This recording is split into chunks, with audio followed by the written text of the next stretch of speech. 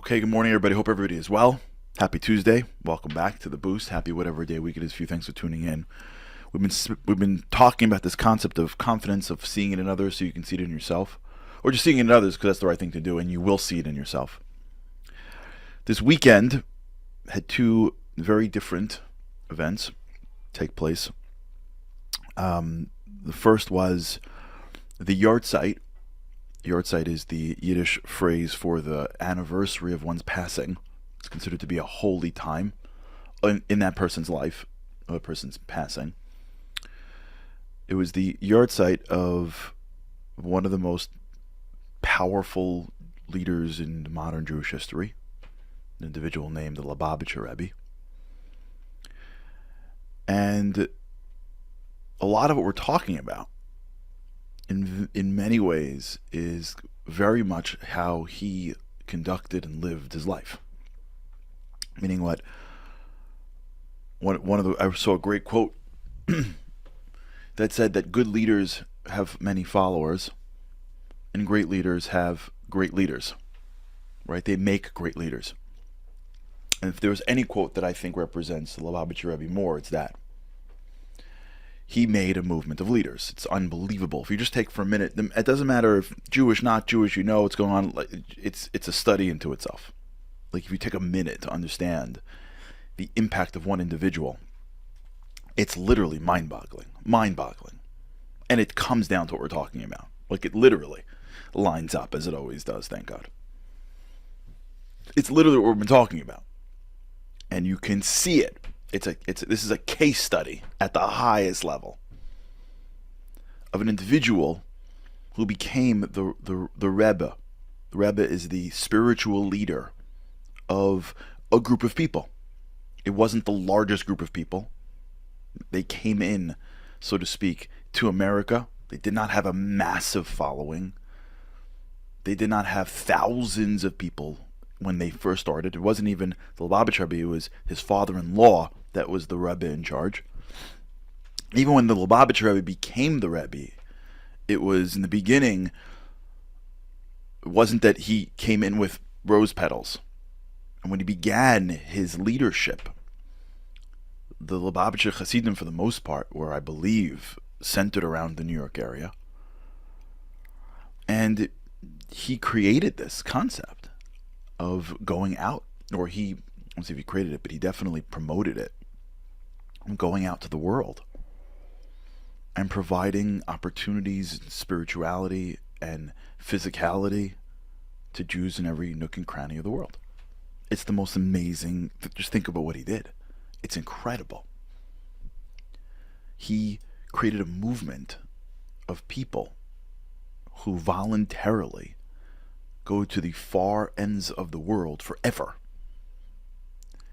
and take care of themselves in the hopes of doing some measure of good for somebody else. Can you imagine? Like that's their life. They go to China, Thailand, every state in America, every country for the most part, except for the ones that are hostile to Jews in the world. Young people, normal, healthy, regular people like me and you. Hopefully we're normal and healthy. And they move there and stay there forever. And what they do there is try to open up a center that could help other people. And they cook for people. And they give them opportunities to spend Shabbat. And they give them opportunities to engage in Jewish wisdom. And that's all they do. Their whole life's mission is to give to somebody else. Like not 1 or 2 or 10. Not 10%. Not the few people in the local community. We're talking about thousands and thousands of people and their spouses and their children who live away from anyone that looks like them. There are hundreds of families who don't even eat the food that is available in their community because it's not kosher. So they ship food in and put it in massive freezers for the rest of their lives. You understand how crazy that is? Whose kids have no friends that look like them, so they have to be homeschooled. And then they have to ship them off. They live in countries that they don't speak the language in hopes that tourists come by that happen to be Jewish and they have a place for them on Shabbos. These, not 1 or 2. Thousands. It is arguably one of the most inspiring movements in the history of the world. Of the world. Have you ever, just think for a second. Do you know of another movement like this? Of people leaving their lives, their families, their comforts forever in order to give something to someone that they don't know. Because an individual got up and said, we are responsible for other people. And we're all one. And I believe in you. And we're in this together.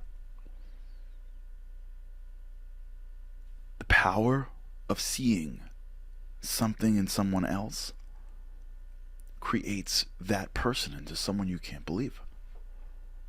Lubavitcher Rebbe saw something in other people that they didn't see in themselves. Period, end story. And look what he created. It's the most insane, incredible movement that I've ever seen. Because of one man. Of course of God, obviously. Who got up and said, we're going to see the best in everyone else, and I see the best in you. Now, that wasn't easy. And it wasn't easy to get on airplanes and say goodbye to your parents. But that's what he did. He saw people at a place where they didn't see themselves. And if you Google him, Google Chabad, and Google some of the stories, you'll see this again and again and again.